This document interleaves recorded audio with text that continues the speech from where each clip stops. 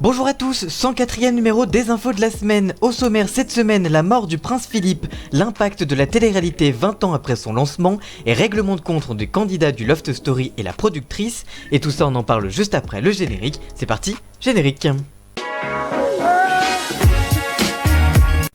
Et on commence avec une grosse partie sur de la télé-réalité pour fêter les 20 ans de ce style de télévision.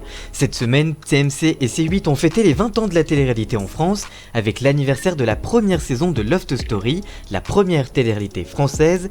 Mais quel est encore l'impact de ce style de télé sur les Français 20 ans après? L'étude Moi Jeune de 20 minutes par Opinionway répond à cette question.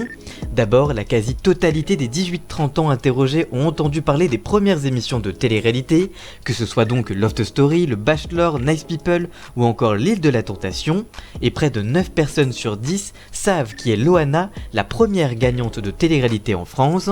Mais quid de la consommation de la télé-réalité aujourd'hui?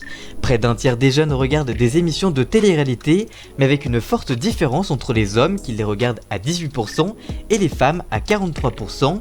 Parmi ceux qui regardent ces émissions au moins une fois par semaine, ce sont pour 34% les crises de larmes et les autres pétages de plomb qu'ils préfèrent voir, suivi de la découverte de lieux de rêve à 28% et des défis physiques et sportifs à 24%. On constate quand même une baisse de l'engouement pour ces émissions depuis près de 2 ans. 62% des jeunes qui regardent encore de la télé-réalité déclarent regarder plutôt moins qu'avant de la télé-réalité. Les raisons, 54% pensent que l'état d'esprit a changé, 52% n'aiment plus ces émissions, 44% n'ont plus le temps et encore 41% considèrent que ce n'est plus de leur âge.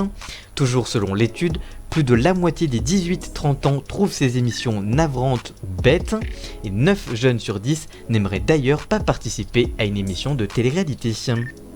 Comme je vous le disais, C8 a fêté les 20 ans du Loft Story et de la télé-réalité cette semaine, l'occasion pour Jean-Edouard, candidat du Loft Story à l'époque, de régler ses comptes avec la productrice de la première émission de télé-réalité en France, Alexia Laroche-Joubert, dans Loft Story 20 ans après, diffusé ce jeudi 8 avril sur C8.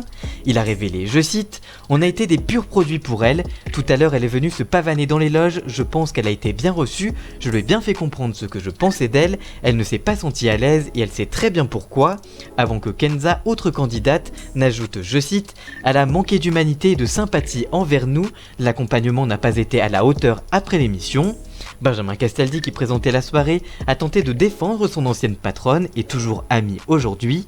L'animateur a expliqué qu'elle s'était elle aussi laissée dépasser par l'ampleur du phénomène comme tout le monde à l'époque. Ce samedi 10 avril, Alexia Laroche-Joubert faisait partie des invités de On est en direct sur France 2 et elle a livré sa version des faits. Je cite, « En tout cas, quand je les ai croisés en coulisses, ils étaient charmants avec moi, comme quoi... » Avant d'ajouter, Jean-Edouard, au moment où il a quitté le loft, on n'a même pu plus lui téléphoner, il voulait être comédien et a complètement mis de côté le loft, alors là pour le coup, lui non plus ne voulait plus avoir de contact avec nous. Sur Kenza, je pense qu'elle est un peu plus opportuniste, elle a toujours adoré faire du buzz, a déclaré donc Alexia Laroche-Joubert dans On est en direct. En tout cas, on souhaite un très bon anniversaire à la télé-réalité dans cette bonne ambiance générale. Et on termine avec une info beaucoup moins joyeuse, la famille royale a annoncé la mort paisible vendredi matin du duc d'Édimbourg à l'âge de 99 ans. Samedi prochain, la famille royale britannique fera ses adieux au prince Philippe, époux d'Elisabeth II, lors d'obsèques privées au château de Windsor. Les funérailles se dérouleront à 15h heure locale, 16h en France, dans la chapelle Saint-Georges au château de Windsor. Seules 30 personnes, sans doute ses 4 enfants, Charles, Anne, Andrew et Edward, ses petits-enfants et d'autres proches seront présents en vertu des règles sanitaires liées à la pandémie de Covid-19. Le prince Harry, qui vit en Californie après son retrait fracassant de la monarchie il y a 1 an, sera présent. En revanche, son époux Meghan, qui est enceinte et à qui le médecin a conseillé de ne pas se rendre au Royaume-Uni pour les funérailles, restera aux États-Unis, a déclaré un porte-parole du palais. La population est elle invitée à observer une minute de silence à 15h, heure de Londres, au début de la cérémonie donc. Celle-ci se tiendra 4 jours avant l'anniversaire de la reine qui fêtera ses 95 ans le 21 avril prochain. Le pays a débuté un deuil national qui durera jusqu'au lendemain des funérailles. Pour éviter des rassemblements qui violeraient les règles sanitaires en vigueur, le public a été appelé à ne pas se rendre devant la résidence royale, mais à signer un livre de condoléances en ligne. Merci d'avoir suivi cette vidéo, si elle vous a plu n'hésitez pas à la liker, la commenter, la partager et même à vous abonner. Et nous on se retrouve très vite pour une toute nouvelle vidéo. A très bientôt, ciao.